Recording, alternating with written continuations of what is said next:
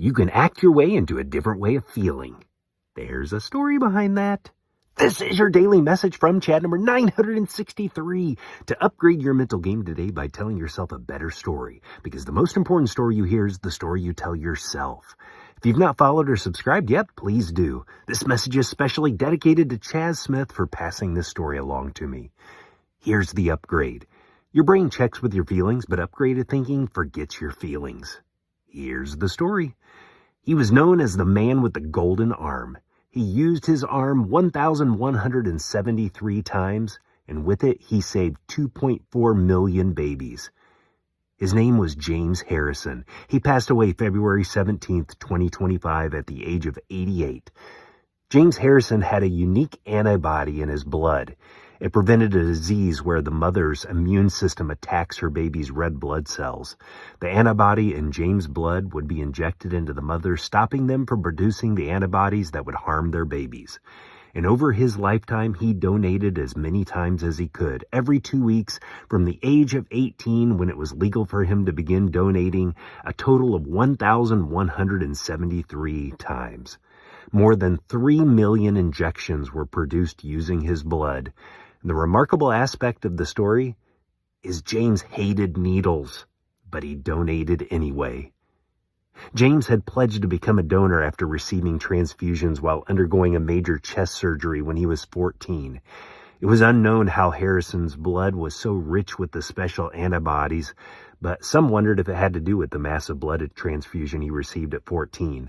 One of his daughters, Tracy, required an injection when she became pregnant and discovered she had the blood type that was incompatible with her babies.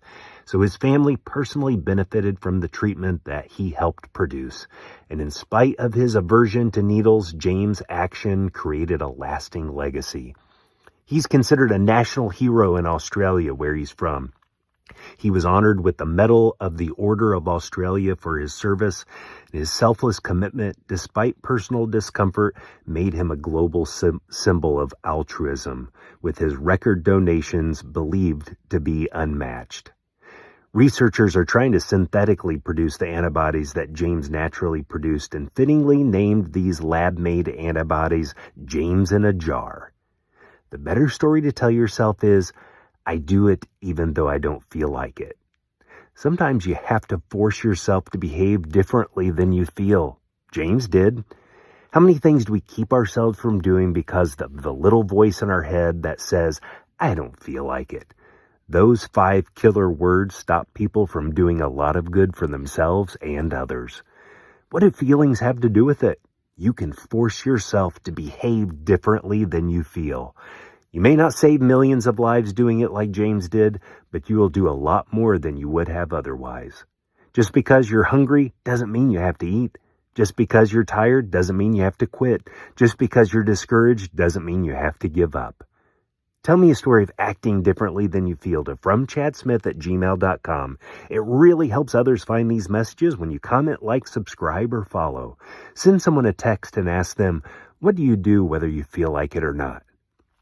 You can download my book, The Most Powerful Story in the World, by going to FromChad.gumroad.com. The transcript of this message and hundreds of others are always available at www.FromChad.com.